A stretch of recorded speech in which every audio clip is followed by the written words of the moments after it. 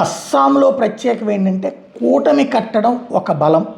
Bharatiya Janata party ఒకప్పుడు 0 నుంచి ఇప్పుడు ఏకంగా భారీ సీట్లు భారీ ఓట్లు, కానీ అంతా చేసినా కూడా అక్కడ వచ్చినటువంటిది 37.81%, 82 సీట్లు సాధించింది.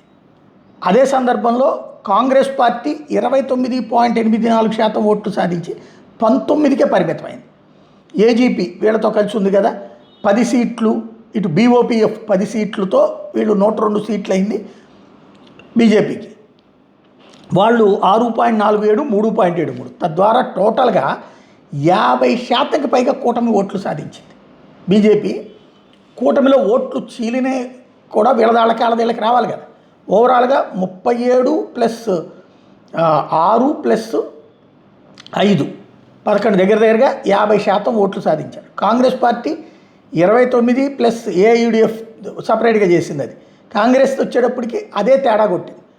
అది బీఓపీఎఫ్ వీళ్ళతో మూవ్ అయ్యింది ఇంతకుముందు ఒకప్పుడు, వాళ్ళని వదిలేసింది, అది దెబ్బ కొట్టింది.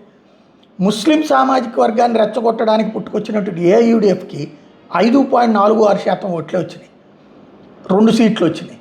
ఓవరాల్గా ముస్లిం ఓట్లు కాంగ్రెస్ పార్టీకి 29.84%, 19 సీట్లు. అక్కడ ముస్లిం ఏరియాలన్నీ కాంగ్రెస్ ఆర్ ఏఐయుడిఎఫ్ గెలిచినాయి. మిగతా హిందువుల ఓట్లన్నీ పోలరైజ్ అయ్యి బీజేపీకి వచ్చినాయి.